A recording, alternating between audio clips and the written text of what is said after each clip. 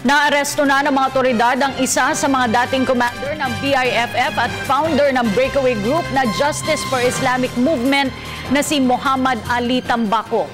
Nahuli ang naturang rebelde sa General Santos City kagabi ng pinagsamang puwersa ng AFP, PNP at Task Force Gensan sa bisa ng warrant of arrest.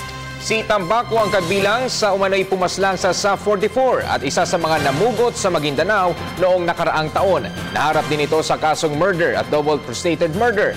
Ang kabuang ulat mula kay Waywaya Macalma.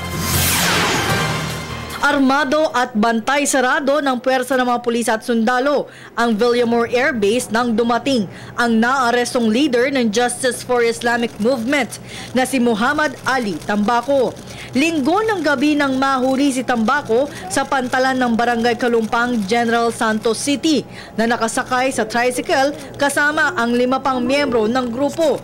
Kaagad naman na dinala si Tambaco at ang kanyang mga kasama sa Maynila sakay ng Fokker plane. Mismong si CIDG Deputy Chief Superintendent Jose Erwin Villacorte ang isa sa mga sumalubong na opisyal at may ilan pa sa hanay ng AFP. Dinala kaagad sa Campo Crame CIDG ang mga naaresto at ito ang kanilang magiging pansamantalang detention facility. Si Ali Muhammad Tambaco ay isa sa masasabi nating malaking tao sa kanilang organisasyon.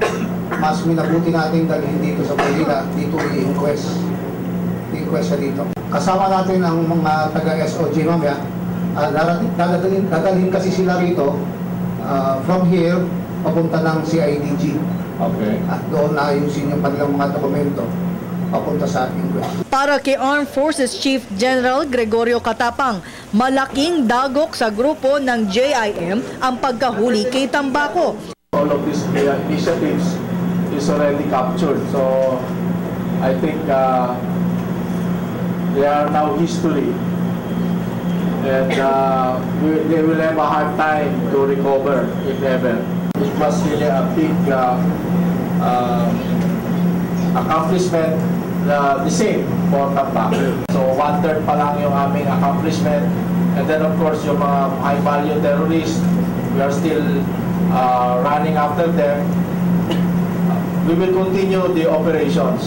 However, we will now proceed to the next phase of our operation, which is peace and development activities. Pero sa kabila niyan ay tuloy pa din ang opensiba ng militar laban sa grupo ng BIFF at JIM.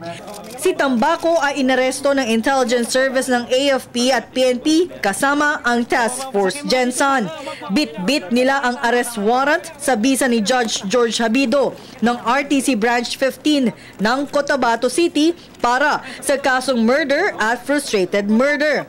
Nasamsam sa grupo ang 3 granada at ilang maliliit na armas. Isa si Tambaco sa itinuturo ng militar na kasama sa pumatay sa 44 na SAF commandos noong January 25 sa Mamasapano, maging sa pamumugot ng ulo ng isang magsasaka sa North Cotabato noong 2013.